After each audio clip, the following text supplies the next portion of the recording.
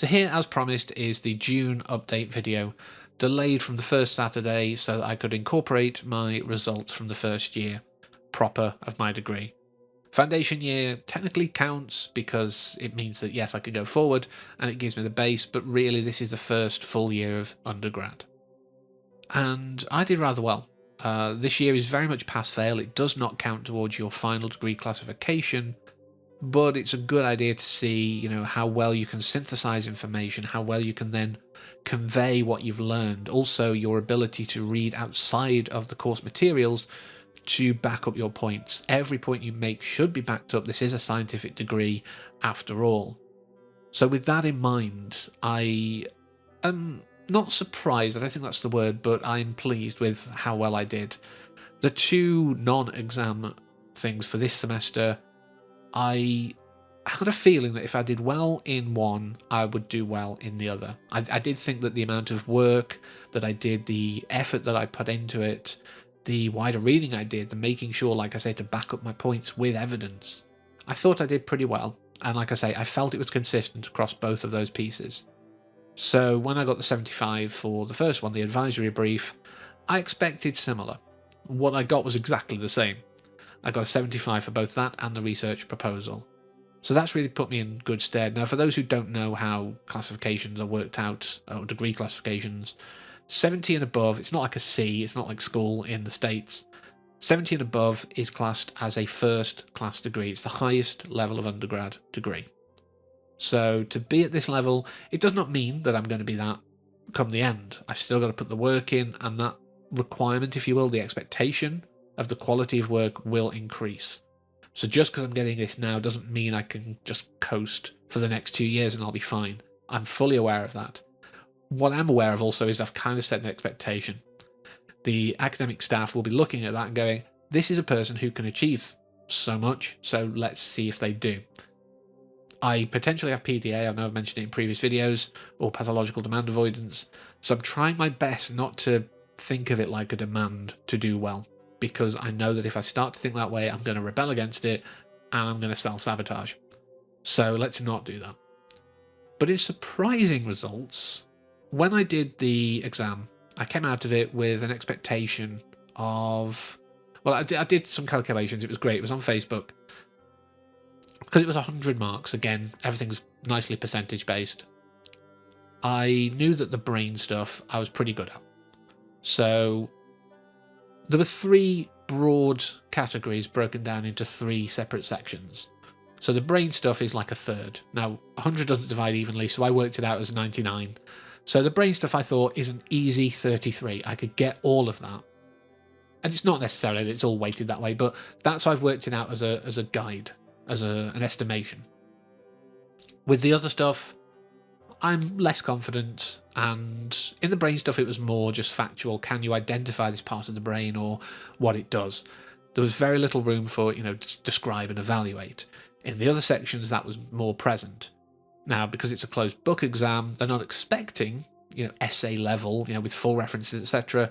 But they are expecting some knowledge of concepts and theory.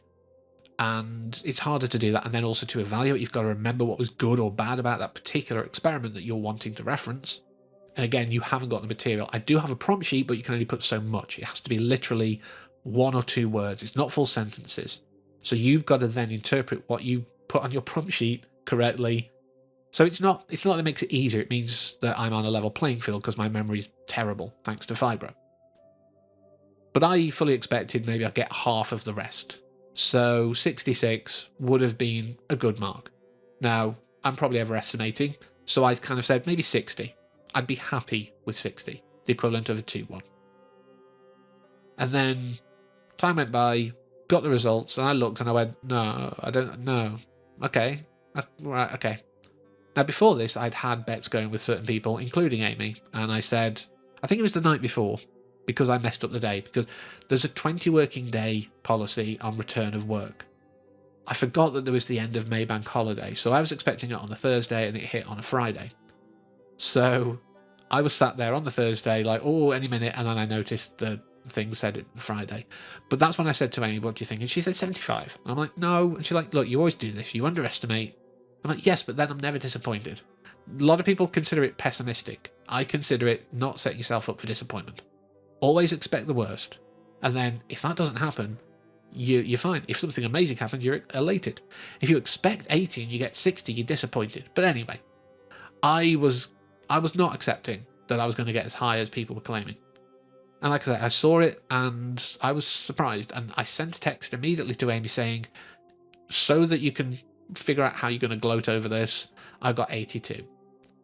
Now, considering this is an exam, it's high pressure. Unlike the multiple choice online one that we did for the first semester for another module, this was in a full exam setting. I was in a separate room. I wasn't in the sports hall with everyone else because of certain things I need for my adjustments, my accommodations. But I was still in exam conditions, not in my own environment. And to come out with that under a pressured situation was good. Now, it wasn't a room that I'd had seminars in, so it wasn't like it was completely unfamiliar, but still, it was a very different setting. And to come out, like I say, with that was really quite heartening. I've worked out my average over the year, and that's 74.34. Don't need to worry about the 0.34, it's 74. They don't do point marks for classifications. So that is a very good start. Like I say, setting an expectation, unfortunately, with the academic staff, but we'll get there. But over time, as this realization as well of my ability to do the brain stuff and my interest in it, I do think that I want to move forward into neuropsychology. That's an area that I wasn't really aware of, and if you'd asked me like 5 years ago, would I want to work with people with Alzheimer's and traumatic brain injury, maybe schizophrenia might come under that. All these kind of things where the brain is doing something weird, and you can obviously, yes, treat using other things like medications, etc., but you're also going to need to help people in adjusting to this. Like, I would not have gone for it necessarily. I would have thought that was something that just didn't interest me. However, when I've been looking back on it, I've realised that I have had an interest in this area for a long time. Stroke victims, or stroke survivors, should I say, will come under that. And I've been fascinated by that. The fact that one moment, one misfiring, one issue in the brain suddenly changes how someone is. Now, everything's mostly the same. This person is still the person that you think they are, in general. It's just that their brain's now not working in the right way. This sudden change in a person, or perhaps over time in cases like dementia. But this change of a person when everything else is kind of there, it's always fascinated me. The story of Phineas Gage, who got a railroad spike through his head, and then his personality changed drastically. That fascinated me years ago. I know of someone who had an incident. I'm not going to say it's an accident. It was an incident.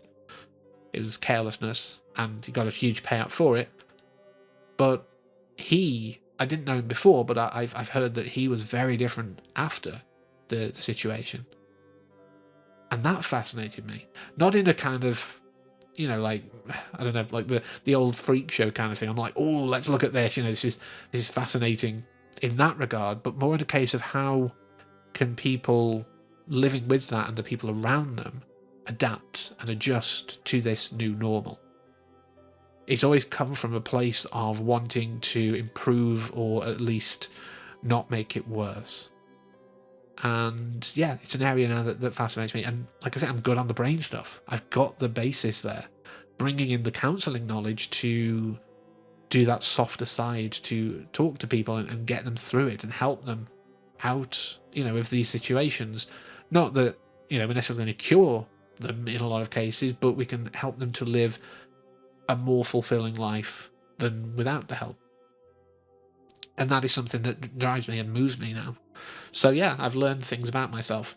A degree is not just about learning the course content and, the educational material. It is learning about yourself as well. I think if someone goes in to do a degree and they don't change in any way, shape or form as a person, they've done it wrong. At least in this kind of field. I'm not sure if that applies to others, but definitely in this field, I think the introspection that comes with the counselling, the awareness of brains, the brain chemistry, psychological issues that comes with the scientific side of the psychology, it's going to affect how you see the world. It's not going to... I've tried to avoid being typical psychology freshman of diagnosing everyone I know, But it's kind of hard sometimes because you spot the trends. So that's been about 10 minutes of uni stuff. I don't like to keep these longer than necessary, but it's the end of the year and I wanted to obviously talk about how the last year's gone a bit. I like to do those kind of recaps. But moving forward, so the next few months are going to be interesting. June's nearly over and I've got everything pretty much nailed down for that. But July is going to be interesting. I wanted to do something for a while and I just never thought of how to do it. But I wanted to do a J horror month. So the 4 Fridays in July will have a J horror film. It's literally, it's Japanese horror. It's not, I'm not gone, to Shutter because that's Thai and stuff like that. It's definitely J horror. There's some of the ones you know, there might be one that you don't, depends on how you or how much you're into that. But then I decided for August we'd talk about American remakes. I am aware that there are 5 Fridays in August, but I'll sort that out. It's fine. I'll figure something to put in the extra slot, or just end it kind of early and just go into September from there.